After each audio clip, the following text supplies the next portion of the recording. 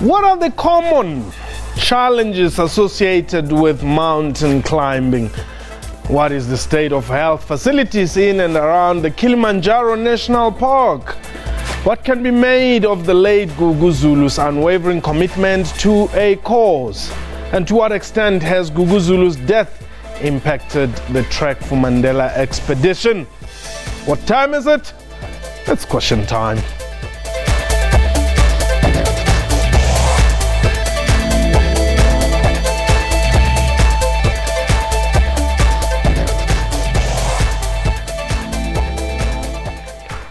Welcome to Question Time. My name is Mpho. The Trek4Mandela Expedition to climb Mount Kilimanjaro in Tanzania had to be called off abruptly following the untimely death of motor racing champion Gugu Zulu on Monday. This has put the spotlight on the safety of mountain climbing in general and summiting Mount Kilimanjaro in particular. A brainchild of the Imbumba Foundation founder Richard Mabaso, the project is aimed at creating awareness and help address the menstrual cycle challenges experienced by girls from poorer backgrounds. The team, including Gugu's wife Letshego, were expected to summit a few hours before his tragic death on the Nelson Mandela International Day. Zulu has been described as a man of the people, generous and sport-loving. It was quite ironic that he passed on while on an expedition to honor and keep the legacy of the country's liberation icon and the first president of the Republic of South Africa, the late Nelson Rolihlahla Mandela, alive. Tonight on Question Time, we pay tribute to the late Gugulethu Zulu. We are live and therefore you can call us and air your views. The numbers to dial 089-1104-210. If you're outside the borders, 00278911042110. My guests today are Kes Kovaria. Kes is ordinarily the managing director at Banking Association Southern Africa and Trek4Mandela member, and Julian Pillay is an SABC reporter who has been to the expedition. Kes, let me start with you. We have said on behalf of the SABC and our viewers out there, our condolences to the families, but also honoring, the bravery with which you guys continued to ensure that the mission that you left South Africa for was completed, albeit in honor of Gugu. Well, yeah, look, it's a pity Seldo and Sibusis aren't here tonight. Yes. They were going to be here, and I believe they were visiting the family and got held up. But I can only speak as a climber. It was my first time to Kilimanjaro. I think that it's, Kilimanjaro is a hard climb, and it's a painful climb. And I don't think we must romanticize it. I certainly have never felt so tired physically and so painful in my life by the time I had reached Uhuru Peak. I think I must also say that Gugu, it's the first time I met him on the expedition. He was sort of expressing what are the sort of normal symptoms of high altitude. And by the time we left on Sunday night to actually start the summit, to climb to the summit, we weren't aware, most of the climbers, of just what was happening.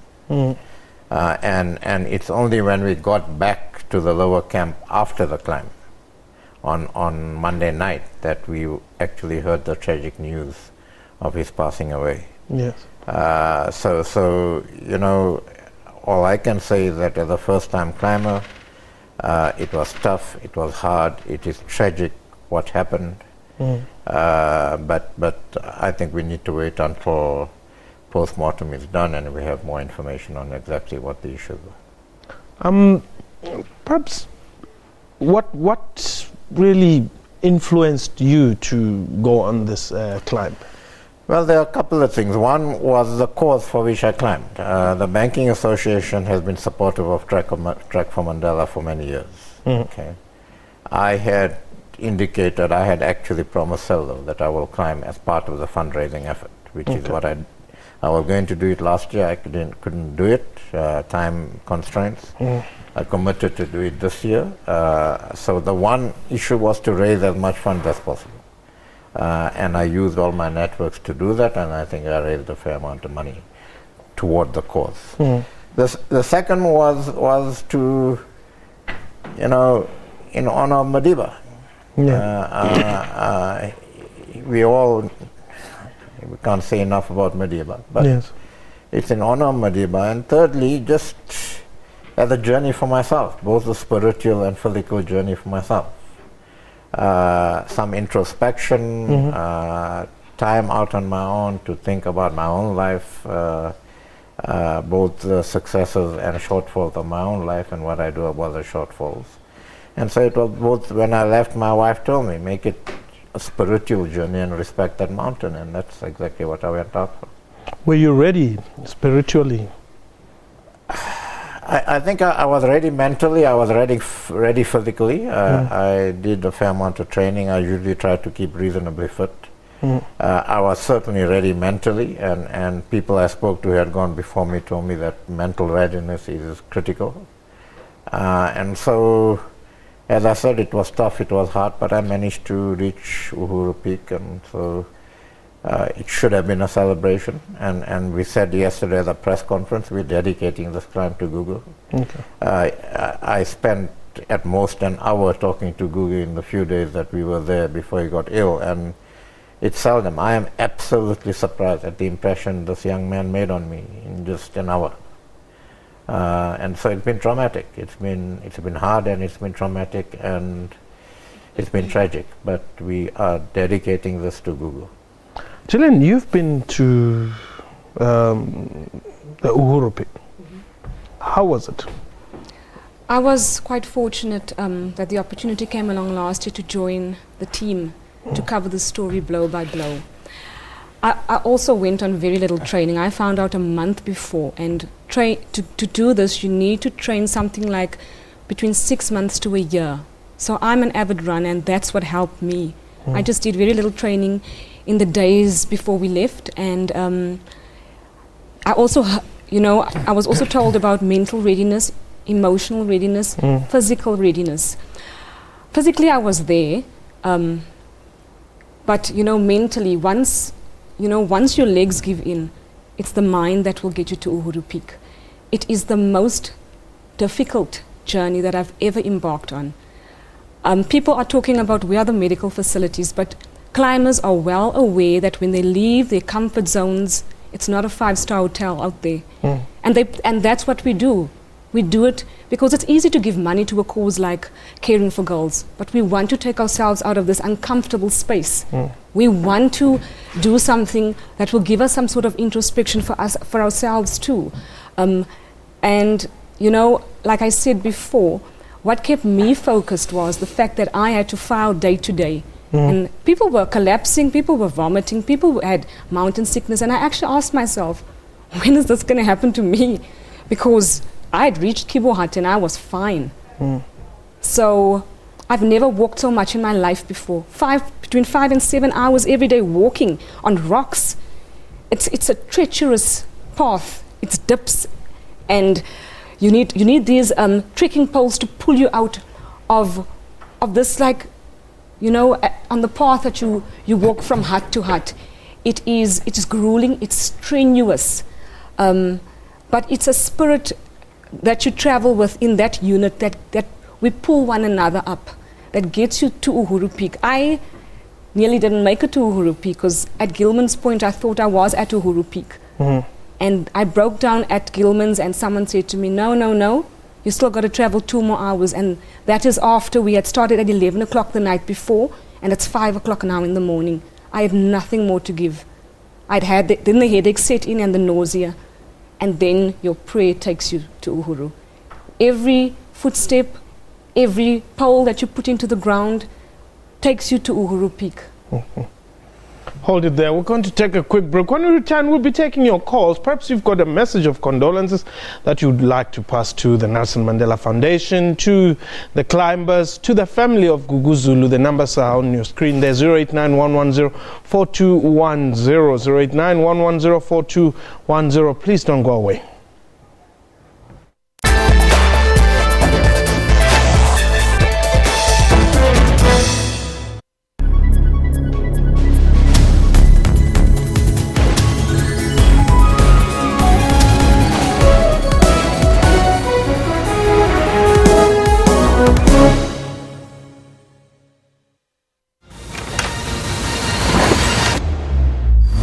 Unlock a whole new world of African hospitality.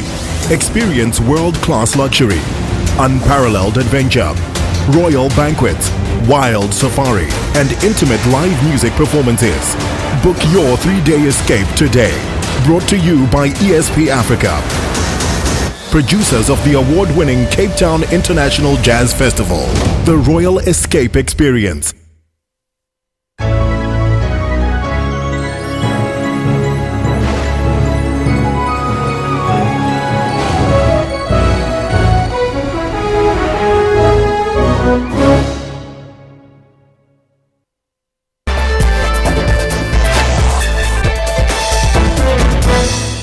Welcome back. You're still watching Question Time. Our guest today, Kes Kovadia, the Managing Director at Banking Association South Africa, and Trek4Mandela member, and Chilan Pillay, who's an SABC reporter. These are people who have been to the Kilimanjaro climb, and they were on the Uhuru Peak.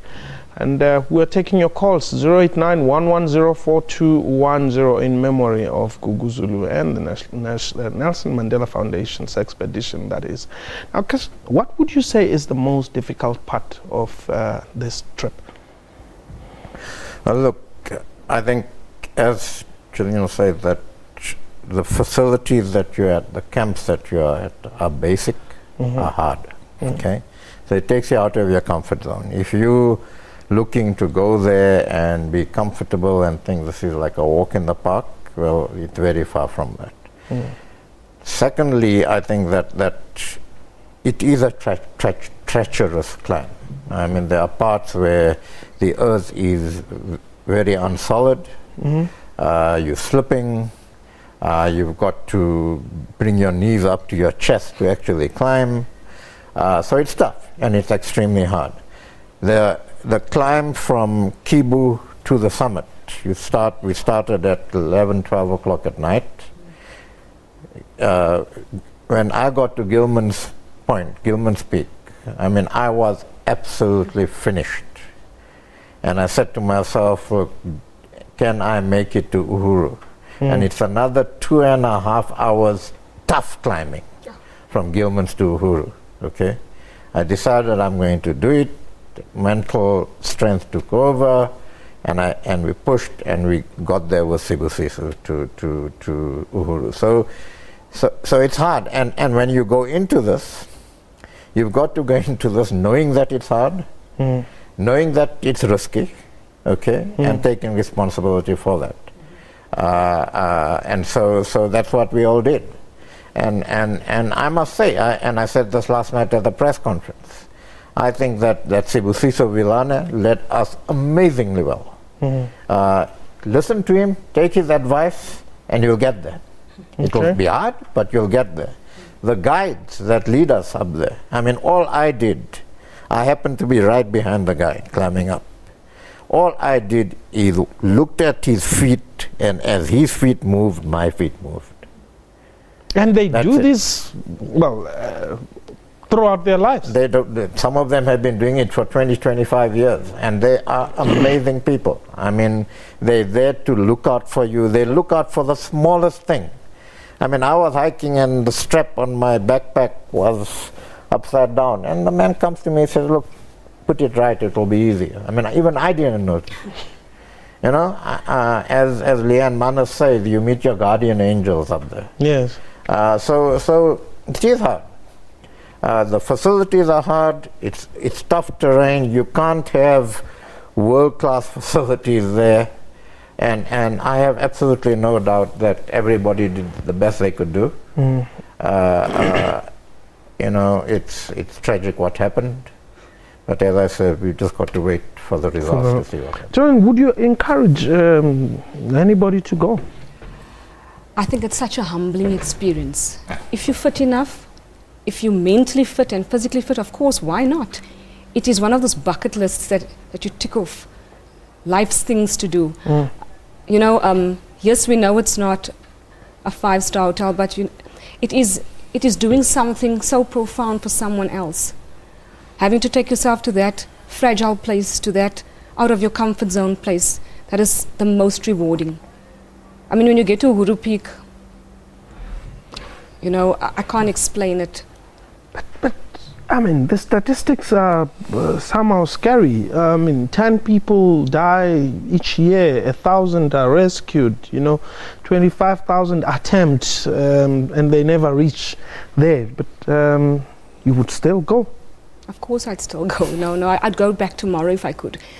But not as a journalist, just to go in my private capacity to enjoy the journey like Cass them did. Okay, let's take Mahalo in Mafikeng, Northwest. Hello, sir. Dumalama. You're talking to me from Northwest, but I'm actually based in Beijing, China. And I would like to say, I'm so saddened by it. I come from the Republic of Botswana, but I watched and I know what he's done all his life. I've been following him. I just have these few words to say. It is not the climb, because no mountain is ever too high. It is the sentiment and the goodwill to want to do it. That is the human spirit. Exactly the same human spirit we have Dr Nelson Mandela. Gugu is a hero, and so is his lovely wife and the rest of the team. Think about the mountain that Mandela himself had to climb. May his soul rest in peace. Mahalo, thank you very much for the call there. Is that the spirit that really pushes you, or that pushed you? Were you thinking about Nelson Mandela's personal sufferings, perhaps, and sacrifices which he had made for the country and the world? Well, I was thinking specifically about Madiba's sacrifices or not. I can't say. I don't think specifically about that. I was thinking about what he stood for. Yeah. I was thinking about the fact that he took education seriously, and he said education is important. I was thinking about the fact that the cause I'm climbing for is to keep the girl child at school. Okay, but I was also thinking about the fact that, you know, we complain about so many things. This sort of thing puts things into perspective. We have nothing to complain about. Yeah. When I look at what the porters who take up our duffel bags, yes, when I look at what they do for us, it just puts things into perspective. Life isn't fair. But they're there. They're doing it. They're smiling. They can't do enough for you. It just puts things into perspective. I ask myself, the times when I was walking on my own and climbing on my own, I ask myself, what do I have to complain about? In life in general. You know what? I live a comfortable life. I have good health. I've had this opportunity. I've had plenty of other opportunities. And yet there were people there who were going out of the way to look after me. And it's a humbling experience. It gives you time for introspection. It's the first time in a long time that I've been totally out of touch with the world. And no cell phone, no coverage, email, intermittent coverage, until you get down to the hotel, essentially, in Kilimanjaro. And it just puts things into perspective. It says, well, the world is still here, man. The problems are still here. The successes are still here. It hasn't changed so much with me being away for a week and not being in touch. Sure. So I think that it's a whole range of stuff. And this particular expedition, what happened just also put things into perspective that, today you're here, tomorrow you're not. No matter who you are, no matter how fit you are, no matter whatever. Gillian, where was the camera man in all this? As Cass says, you know, we had a lot of help from the porters. They literally wipe your nose up there when your limbs don't work anymore. They carry you. I was piggybacked down the mountain. The cameramen, they carried our equipment for us. When the cameraman became too tiresome, they would take the camera. The cameraman, in this instance last year, he didn't summit. He got mountain sickness right after Gilman's Point. And he nearly, you know, he was disorientated. Yeah. He became quite aggressive. He nearly threw himself off the mountain. So we had to, the doctors then suggested that he quickly be taken down. This is serious. I think, you know, I mean, we've been talking about this with colleagues and friends, and the impression is, you know what, this is just another North Cliff. West Cliff stays. Yeah, you know? No. 6 Table Mountains makes up Kilimanjaro. Stack 6 Table Mountains on top of one another. That's Kili, but without the fanciness. Rugged, treacherous, mind games. Would you still do this? I don't know. I quite honestly don't know. I mean, whether I'd want to do it again, I don't think so. I mean, hell, I was the oldest person in the group, for God's sake. I don't know. I mean, I said last night, the one thing, message I do want to send out is that if I do it again, I'd want to do it under Sibusisa. Yes. Okay. Yes. Okay, I mean, I have total and utter faith in him and confidence in him. He's a humble and a strong leader. But whether I want to do it again, I don't know. But what were the funny moments? I'm sure amidst all the challenges, there must be some funny moments. Some of us played bridge while we were at the camps. Funny, having, you know, freezing showers. Wet wipe showers. Wet wipe showers. Wet wipe showers. Not showering for about 6 days. At Kibo camp, I mean, where you just sleep for the few hours before summiting. Toilet facilities, absolutely basic. There isn't a single place where you can wash. Yes. There's no sink there. There's no basin there. Wet wipes. Okay, and just, you know, being there for each other, having fun with each other. Yes. So there were lots of light moments. But you know, every day you are tired. You are walking 7-8 hours a day. You are hiking 7-8 hours a day, in fact, not walking. So by the time you get to camp, you're tired. You are seriously tired. And then, you know, you come back to Kibu from the climb, and you just want to lie down. And they said, don't lie down here because it will affect you. Don't lie down until you get lower down. So you come back from the climb, from the summit, and then you do another 11K hike from Kibu to the next camp where you can sleep. So you've been climbing from midnight. I reached Uhuru Point just before 10 in the morning. You then climb down to Kibu, take a breather, and then another 11Ks down to the camp where you sleep. How much time? All from midnight on Sunday to about 6 or 7 o'clock in the evening on Monday. So how much time do you spend at the Uhuru Peak? 15-20 minutes. Is that all? Because otherwise it starts affecting you. The air is so thin. You're only allowed to take pictures, and that's the team is very clear. Quick, take your pictures and then out, because and then go down. You need to descend as soon as possible. So remember, the thinner the air, the oxygen, your heart rate, and you have that headache and nausea, and you have to descend as soon as possible so that your body can adjust again.